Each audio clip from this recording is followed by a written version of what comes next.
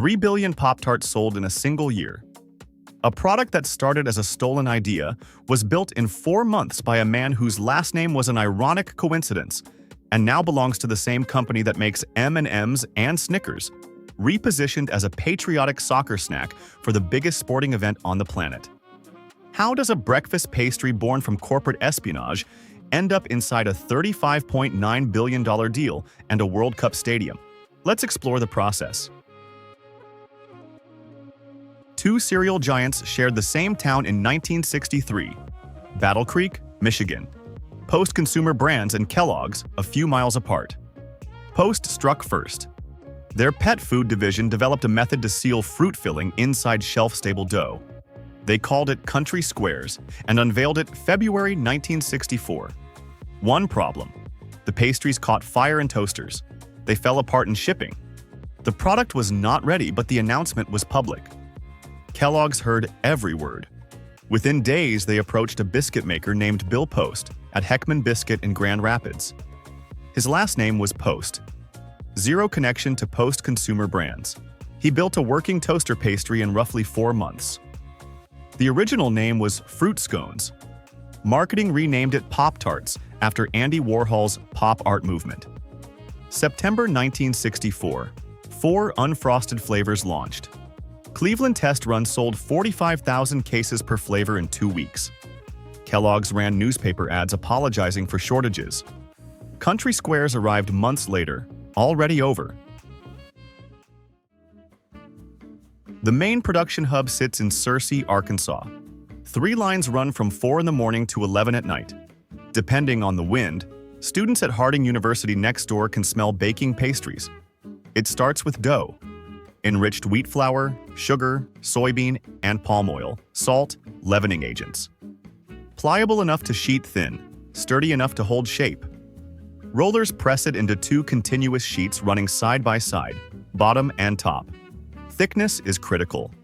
Too thick and the pastry feels doughy. Too thin and the filling bursts through. Fillings are mixed and heated separately, then extruded onto the bottom sheet at even intervals, each deposit measured to the gram. The top sheet comes down. A crimping machine seals the edges, that signature crimped border. The sheet is cut into rectangles. A docker punches small holes into the top surface. Those little holes on every Pop-Tart you have ever eaten are not decoration. They vent steam. Without them, the pastry puffs up and bursts. The rectangles enter a tunnel oven on a conveyor belt. Fully baked, not fried. They cool before anything else happens. Too hot and the frosting slides right off. Once cooled, a sugar-based glaze goes on by sprayers and rollers, setting as the pastry moves down the line. But frosted Pop-Tarts did not exist at launch. Every flavor in 1964 was unfrosted. It took Bill Post 3 years to develop frosting that would not melt inside a toaster. First frosted flavors arrived in 1967: raspberry, Dutch apple, brown sugar cinnamon, Concord grape. That single decision doubled market share. Sprinkles came in 1968, scattered onto wet frosting before the icing sets. Then comes packaging. Each pair sealed in a foil-lined pouch, shelf-stable for months. That foil technology descends from World War II ration packaging. Formulas designed to keep soldiers alive, repurposed for a breakfast pastry. 4 pouches per box, 8 pastries total. But here is where the story flips. Pull up the ingredients on a frosted strawberry Pop-Tart. Enriched wheat flour, sugar, dextrose, palm oil, glucose syrup, and beef gelatin. Pop-Tarts are not vegan. Only the unfrosted varieties are considered vegan, and even those are debated. Then there is the strawberry question. Multiple lawsuits allege that frosted strawberry contains more pears and apples than actual strawberries. One $5 million class action reached federal court. The judge dismissed it. A reasonable consumer is unlikely to buy a toaster pastry coated in frosting for the nutritional value of the strawberries in its filling. And one more thing about color. Pop-Tarts exploded in the 1960s at the exact moment color television overtook black and white. Frosting, sprinkles, and fruit imagery were irresistible on color screens, a convergence of food innovation and media technology that nobody planned.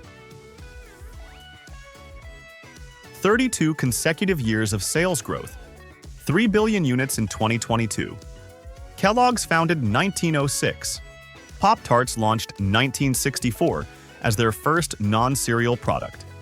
In 2001, Kellogg's acquired Keebler, the company Bill Post helped build. October 2023, Kellogg's split. W.K. Kellogg took cereals. Kellanova took snacking, Pop-Tarts, Pringles, Cheez-It. 10 months later, Mars announced a $35.9 billion acquisition of Kellanova. By December 2025, it was done. Pop-Tarts now sits alongside M&M's, Snickers, and Skittles under Mars Snacking. $9 billion brands, 80 facilities worldwide. A product born from corporate espionage no longer carries the word Kellogg's anywhere. And the shrinkflation question. Boxes went from 12 pastries to 8. Super Stuffed has 50% more filling but comes individually wrapped. TikTok calls it shrinkflation. The brand calls it more filling. What most people miss about Pop-Tarts is not the recipe or the business. It is the mascot. In 2023, Pop-Tarts sponsored a college football bowl game and created the first edible mascot in sports history. A life-size frosted strawberry whose stated desire was to be eaten. Kansas State won. The mascot was lowered into a giant toaster on the field. An edible replica emerged. The winning players devoured it on camera. The mascot had held a sign earlier. Dreams really do come true. 2024 escalated. 3 mascots. Fan voting decided which one got eaten. The trophy had a real working toaster. 2025, 6 mascots, 2 teams, Team Sprinkles versus Team Swirls. First ever mascot cam on TikTok. Each year, more mascots, more voting, more ritual. Fans started saying it. Screw the football, I want the mascot shenanigans. It works because it turns a brand character into a narrative with existential purpose. In April 2026, Mars Snacking announced a U.S. Soccer Federation partnership. Kellanova brands became the official snack of American soccer, the first cross-portfolio activation since the acquisition closed. The limited edition tells the whole story in one product. Pop-Tarts Star-Spangled Blueberry, red pastry, blueberry filling, white icing, patriotic sprinkles. Launched alongside World Cup editions of Cheez-It, Pringles, and Rice Krispies Treats. The 2026 World Cup and the 250th anniversary of American independence fall in the same summer. And one last thread.